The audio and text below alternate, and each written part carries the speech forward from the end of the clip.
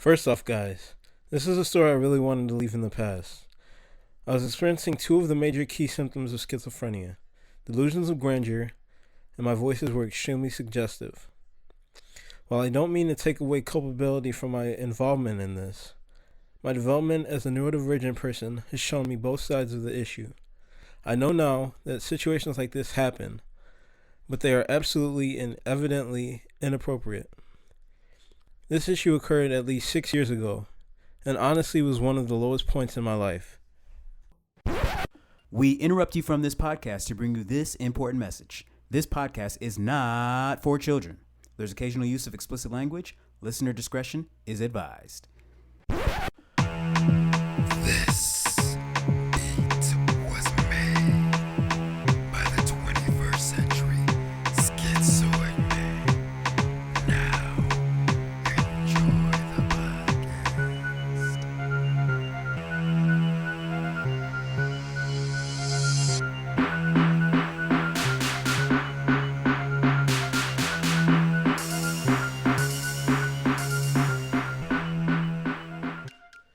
Now listen, ladies and gentlemen. Rarely in life are we presented with opportunities where we are willing to risk it all. But there I was, second chance of freshman year, and I was sprung. T-Pain, John Legend, Bieber, Usher, Katy Perry, Beyonce, you name it, I was singing it. To be honest, I had never had a girlfriend before, and at that time, I swore I knew how to handle this. But the dark passenger had other plans. The dark passenger had convinced me that this was the one. She was my silver bullet. She was my cure. She was it, period. Me as a person, I never believed in love or soulmates or all that noise. But the dark passenger was Stephen King's version of Cupid, a bad coalition of infatuation and psychosis. Although the last attempt at freshman year I withdrew, as I touched on in the previous episode, my transcript touted a slew of W's or withdrawals on it. Battle scars left from a failed bout against my own dark passenger. The thriller in the mitten was now. Would I go down the champ like Ali, or hang my title in shame like Smoking Joe? Now let's get into the story. I was in the best shape of my life, working out every Monday, Wednesday, and Friday, eating 3 square meals a day, flossing, brushing my teeth twice a day, consistently taking my meds as prescribed, attending classes, extracurriculars, and study groups, and optimistic as can be for my future as the United States of America's Surgeon General. That was the end goal. Yet if I could only guess what the dark passenger had in the cards, I would have supposed the opposite. It wanted me in the worst shape of my life. Overeating and obese from meds, gingivitis, toothless, skipping meds, skipping classes, failing grades, and homeless. Now I know it currently is not this bad, yet in all honesty, with the way the passenger handles my life, one day it may be this bad or worse. It's one of the main reasons why such a large percentage of schizophrenics end up homeless. I woke to a frigid weekend morning in November of 2014. At this point, I managed to keep my full ride scholarship. However, the foundation relocated me to a dorm on campus because the Evans Scholarship Foundation felt a residence away from the chapter's housing would prove most beneficial for me. In my eyes, they intended to ostracize me, as if they were physically restraining me according to my schizoaffective disorder. The mentally sound now shackled and chained as the mentally bound. I was now a quote-unquote other. The alarm rings as I get up. Nothing seems different about this morning. Just me waking up to another opportunity of prosperity. I check my phone schedule. One reminder for meds, one reminder for homework assignments, and a reminder to eat. I complete my morning routine, showering, brushing my teeth, and getting dressed. Flawless morning. I woke up like this. Self-care to the fullest. On my way to the dining hall for breakfast, something happens that officially registers this day as a quote-unquote other. Crossing State Street, fresh off the bus, and I am approached and interrupted. Hey, what's up, man? Hey, I'm a talent recruiter for the Bronze Elegance Fashion Show. And you know what? I think you'd be perfect as a model for this year's concept. Here's a flyer, and I hope we can see you at our auditions. I grab the flyer and thank him for the invitation. I stuff the flyer into my backpack and continue on my way to the dining hall. I enter the dining hall building with a grin, feeling complimented on my appearance. Really? Oh, that's all it takes, huh? All right. Beyonce had released her self-titled project, so my character was chock full of her quotes. If I were to put it best in my own words, I would say I was definitely feeling myself. I placed my order at the omelet station, filled the waffle maker with a mix, and filled my cup with cranberry juice. I then walk and find my favorite corner with a chair and an end table in the dining hall and sit, patiently waiting for my omelet. A couple minutes pass and I hear my name called for the omelet order. Perfect morning thus far. I receive a text from my brother. I read the screen. Hey, what's up, man? How are classes treating you? I unlock my phone and respond. Classes are great, and I got an invite to model in the Bronze Elegance fashion show. Have you heard of it? My brother also attended the University of Michigan, so I assumed if he was familiar with it, then I absolutely had to do it. He replies in the text. Oh, yeah, I remember that show. It's a great opportunity to meet people. I unlock my phone again and look through my contacts for my brother's phone number. I call him. I begin to relay my recent entanglements to him. Entanglements. Anyways, so I'm doing a dance rendition with my friends in the African Student Association. I still have to finish my article for the Michigan Journal of International Affairs, and I guess now I'm doing the Bronze Elegance fashion show. He listens and responds. So I just moved into my new apartment. You gotta come visit sometime, man. I didn't say this that day, but with 20/20 hindsight vision, I would have commended him on an exciting event for, in his words, the quote-unquote boring-ass millennial. I know he didn't want that name to stick, but guess what? This is revenge for all the times I got sent to the hospital.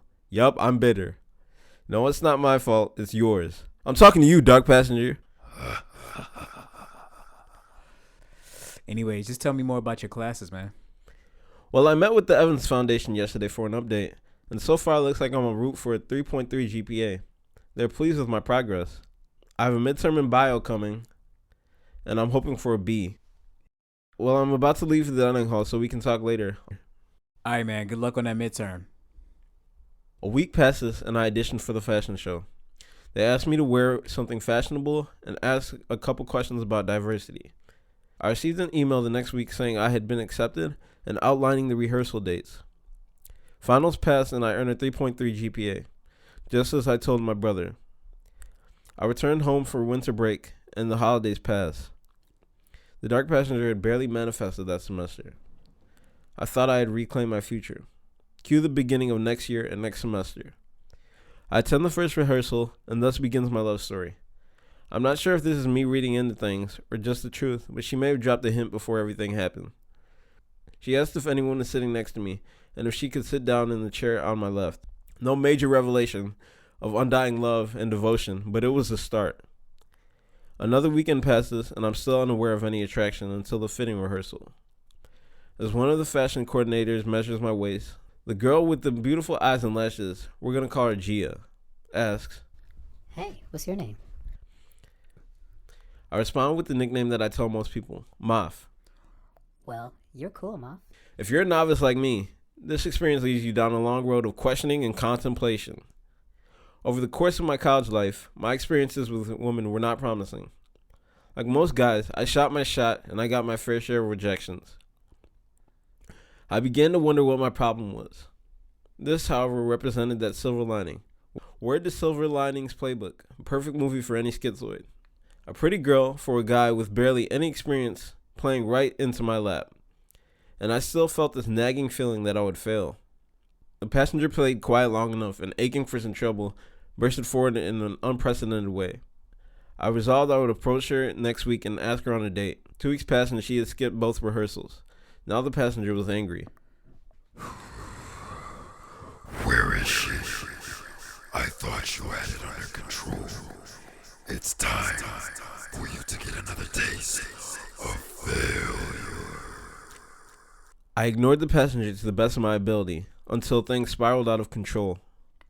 The passenger instructed me to begin skipping classes in order to find her out in the open, searching campus as if it became my new pastime. I was present at the beginning of what love experts called sprung. There I was, heart leaping through hoops. I followed her on Instagram and fell in love overnight, in what seemed like hours. Every minute I pieced together a story for every one of her pictures. I started suspecting her of subgramming me. I recall a post where she was listening to John Legend with the caption "Caught the Sun Rays," I assumed everyone on campus knew me, according to the dark passenger, as some sort of superhuman anomaly. The passenger convinced me that I could interfere with the weather a long time ago.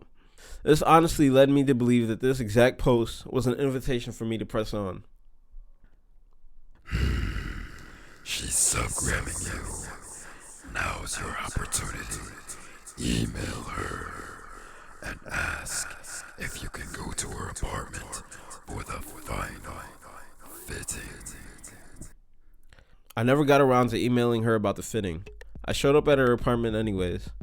I had gotten the address from a previous email about the show. By now, we were about 2 weeks after spring break. I was tweaking. No response to texts or emails. In fact, the passenger would not even let me check my phone. I remembered her address after the passenger had made it a challenge. I knock on the door.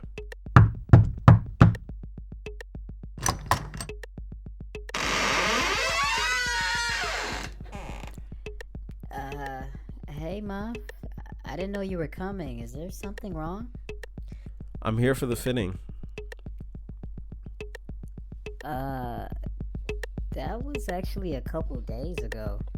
Are you sure everything's okay? I haven't heard from you, and I was told that you couldn't do the show anymore. And I don't have the fitting equipment, so you're gonna have to try later, okay? That's fine. I'll try to catch you later. I leave and return to my dorm. Taken again in another Hunger Games challenge, I was once more mute through all forms of communication. A couple days pass again, and my family starts to worry. On my way to the gym, my family stops me outside of my dorm. Down in another round of my fight with the dark passenger, Smoking Muff, the schizoid, going down in another bout with the dark passenger, Ali. Things start to ramp up as my family shuffles me into the car. Bargain with them. We're too close to success. Hey man, what's going on? You know, we talked it out, and I think the best way to handle this situation, I think we gotta have you commute from back home in Detroit up to Ann Arbor. We'll take you to school and we'll pick you up when class ends. Come on, man. What's going on with you? Like, I thought you had major plans. Come on, man. You can't let stuff like this like mess up your future. What's going on, man? Tell him to let you stay at his apartment so I can visit you. The passenger had adopted the voice of Gia. Now I knew something wasn't right. On my way to class, the passenger, refreshed and back in action, challenged me to sit through the whole morning of classes. While this was normal, it also would not allow me to use the bathroom. It said, If you can last through this morning, I'll show you how long I can last. If you know what I mean. I almost made it through the whole morning when my bladder decided to explode right when I stood outside the bathroom door waiting for the afternoon. You could have attacked the enemy by pissing in the toilet. Yes, it's me, Gia. And I'm talking to you about the opposition. I pissed on myself dead ass in the middle of campus. I still had some clothes in my dorm and my dorm key card. Damn. I decided on quickly showering at my dorm before my parents arrived for the commute. After you get out of the shower, come to my apartment so we can hang out. I finished my shower and the passenger drags me all the way to her apartment. At this point, I barely knew anything about the apartment, so I discovered the surprise that a card is necessary for the elevator. Me looking like a fool or a lovesick dog, I sit in the lobby waiting for the next tenant to use the elevator. The security guard, I'm sure suspicious of my behavior, watches me carefully as I follow the tenant into the elevator. I say to the tenant I'm following, "How are you doing?" so that the guard will drop his suspicions. I press my button for the 4th floor, as the tenant presses 2. We stand there in an awkward silence, avoiding each other's gaze. Her floor comes and I wait for her to exit. The elevator door closes and then the fun begins. The elevator door opens and the passenger tells me, Hey, wait for me outside the elevator. I wait for about an hour and a half, and then from around the corner comes Gia. Mav? What are you doing here? I opened up my backpack and pulled out a bag of Hershey's Kisses, and I say, here. What is this for? Tell me you love me. I love you. This is strange. I gotta go. Please, can you please leave me alone? I follow her to the elevator, and she expresses pure terror. If you don't leave me alone, I'm gonna call the cops. I decide not to enter the elevator because I'm afraid she will ask the security guard to come get me. She leaves, and I wait 10 minutes before getting back into the elevator. I decided to exit the building and walk to the hotel where I believe she went. I entered the hotel and searched for the ballroom. For some reason, it made sense. Maybe I envisioned some dramatic scene, but no, she was not there. I decided to go back to her apartment and wait for her. I follow another tenant to the elevator and bypass the security guard, who seems ever the more suspicious. Regardless, he lets me go. I wait 2 more hours and there she is again. She says, This time I'm calling for help. A few minutes later, 2 guys from the fashion show arrive. She comes out of her apartment to point me out to them. We're going to call these guys Sam and Ron. They look me over and size me up. The taller guy, about 5 inches taller than me, had a strong build, give or take 20 pounds on me. He pins me to the wall and scruffs me by the collar. The shorter guy was my height and just stood there and yelled like a chihuahua. While I'm pinned against the wall, my wallet falls to the floor and the shorter one kicks it. Then Sam, the taller one, begins to yell, Hey, who the hell you think you are, boy? Stay silent. I'm sorry that I put you in this situation. I think. Yo, answer the question, bitch. I glare at him and think to myself, no girl is worth this trouble. Hey, it's Gia again. Trust me, I'm worth it. Sam bitch slaps me hard as hell, and my head jeers to the left. He laughs and says, You gonna regret this. Hey, here's one for the road. You better leave her alone. Stay here until I come back. Then I will give you your reward. He slaps me again and drops me to the floor. Down, like Smoking Joe against Ali. Gia watches fearfully and leaves with Sam and Ron. I sit there and wait for her to return, even though I knew the passenger was lying. She exits the elevator one last time and says, this time I'm calling the cops. She's holding a Buffalo Wild Wings bag in one hand and a purse on the other. I follow her to her door as she opens it and enters. I push before she closes it, and she manages to muscle the door closed. The thrill in the mitten was over, as my parents received a letter informing them of a restraining order that Gia had placed against me. I was virtually failing and taken out of all of my classes. Since my last withdrawal, I was placed on academic probation, but this time my transcript would not yield W's. Instead, it would have a series of D's and C's and a B. It seemed like everything was over. My parents allowed my brother to pick me up and take me to his apartment. As soon as I got there, I attempted to call her through Instagram or Facebook. Her reply was blocking me on every single medium. Man, what the hell is wrong with you? You got a full ride, and you ruin it for something that's so short term. Hey, don't worry. You'll still be successful later on down the line, and I'll be with you. Will this ever end?